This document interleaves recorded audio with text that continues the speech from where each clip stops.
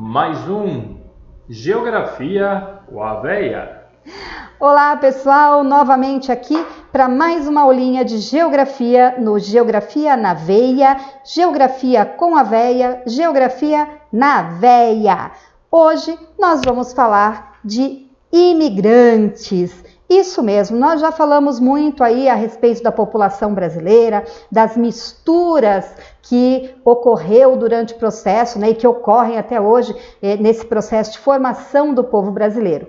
Mas nós precisamos detalhar um pouco mais esse imigrante. Lembrem, imigrante veio, emigrante foi. Então esse imigrante, quem era esse imigrante? Vamos ver. Bom, primeiro verificar quando e como eles vieram para cá. Nós conversamos em aula e eu comentei com vocês sobre 1850, quando a gente tem uma primeira lei, Lei Eusébio de Queiroz, que vai bloquear, né, o tráfego desses africanos que eram trazidos para o Brasil. Isso, guarda na cabeça, vai ser um momento importante para a gente. Bom, aqui vocês podem observar que desde 1929 nós temos aí a vinda de imigrantes para o Brasil. E olha aqui, ó, 1850, 1859, o período que acelera essa vinda de imigrantes para o Brasil. Primeiro nós temos lá os portugueses, né, que vêm em maior quantidade, e depois outros grupos. E esses outros grupos começam a crescer principalmente com a Revolução Industrial, que vai gerar um clima de desemprego, um clima de recessão para a população mais carente na Europa, e ela vai se deslocar, aquele artesão que perde o seu ofício. Tá bem? Nós temos momentos importantes de Primeira Guerra Mundial e depois de pós-guerra que também aceleram esse processo de imigrantes para o Brasil. Mas quais seriam os fatores favoráveis a essa imigração? Por que que o cara sai lá da Europa? Por que que esse cara sai do Japão? Por que que esse cara sai de onde ele estava para vir para o Brasil? Né? E lembrem que no início desse processo de imigração, os navios usados para o transporte eram os navios antes chamados de navio negreiro, que não tinham assim condições adequadas para essa viagem. Em alguns relatos encontrados, né, na casa do imigrante, nós temos cartas onde quem estava no Brasil mandava a carta para o seu parente que estaria vindo para cá, falando para que ele trouxesse vinagre, urinol, pinico, tá certo? Para que escolhesse as camas de cima, que eram colocadas beliches nesses barcos para que a população imigrante pudesse vir.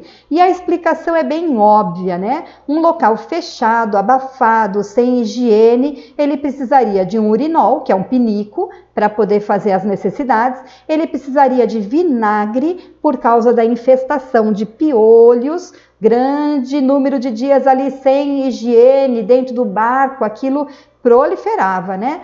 E também escolhi as camas de cima, porque o balanço do mar, imagina quem dorme embaixo, né? Acabava tomando banho.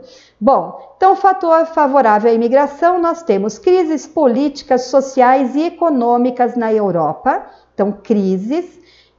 Nós temos guerras, Primeira e Segunda Guerra Mundial, nós temos política do governo brasileiro de doação de terras. Então havia aquela história, venha para o Brasil, nós vamos doar terras para quem trabalhar nas nossas lavouras e assim por diante. E o pessoal acreditava e vinha mesmo. Ou venda a baixo preço, favorecendo a expectativa e prosperidade. Então chegava aqui, ó, a terra é baratinha, venha que a gente vai conseguir comprar fazenda, comprar propriedade e conseguir se tornar um agricultor no Brasil. Bom, só que tinha fator desfavorável também, né? Quais seriam os fatores desfavoráveis? Primeiro, clima diferente. O europeu está acostumado com o clima subtropical. E aqui no Brasil ele encontrava o clima tropical. Não é à toa que boa parte dos alemães, húngaros, eslavos, italianos preferiram ir morar no sul do Brasil, que tem um clima mais parecido com a terra natal. Então, o clima diferente, a cultura diferente. Lembrem que o povo brasileiro tem características muito próprias devido à sua miscigenação. Só para ter ideia, o povo alemão teve uma dificuldade muito grande de se adaptar aqui, de se entrosar, né, por ser um povo mais fechado. Preço de passagem, eles tinham que arcar com o preço de passagem e falta de políticas claras sobre essa imigração. Nós temos aqui,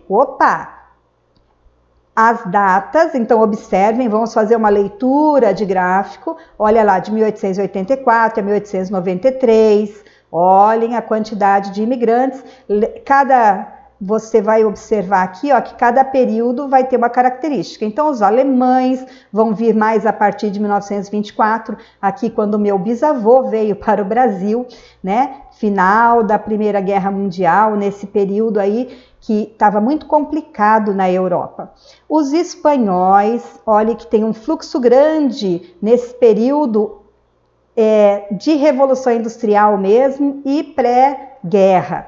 Nós temos os italianos, olha lá os japoneses que vão chegar em 1908, se não me engano, o primeiro navio, o Caçatamaru, que vai trazer japoneses para cá para o Brasil.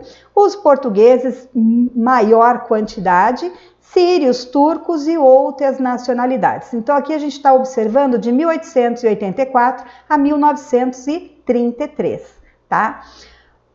Uma outra observação importante é a população brasileira por cor autodeclarada. Então, quando a gente vê essa mistura tão grande, né, essa influência tão grande de vários grupos indígenas, negros, europeus, asiáticos, e quando eles são questionados, quando eles são perguntados, né, qual a cor declarada, 47,73% é branca, 43,13% parda, 7,6% preta e amarela indígena ou sem declaração 1,54%. Esse número já foi bem diferente, né? A maioria da população brasileira se autodeclarava branca, tá?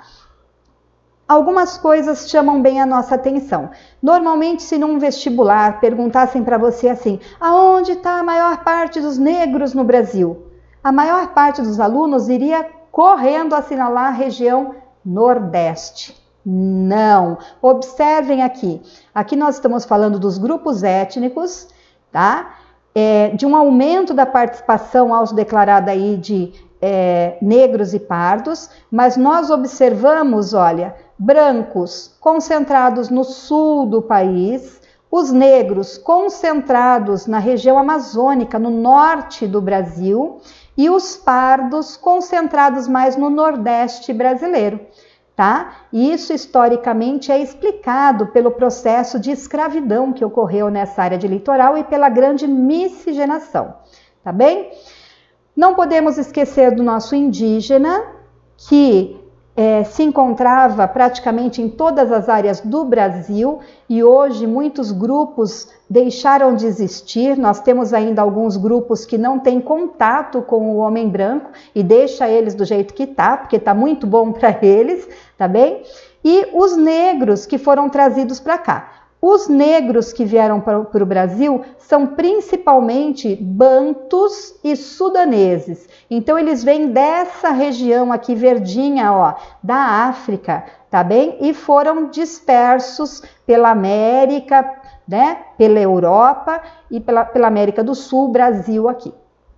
Bom, algumas informações que vocês têm aí disponíveis e que podem causar alguma reflexão, vamos colocar dessa maneira.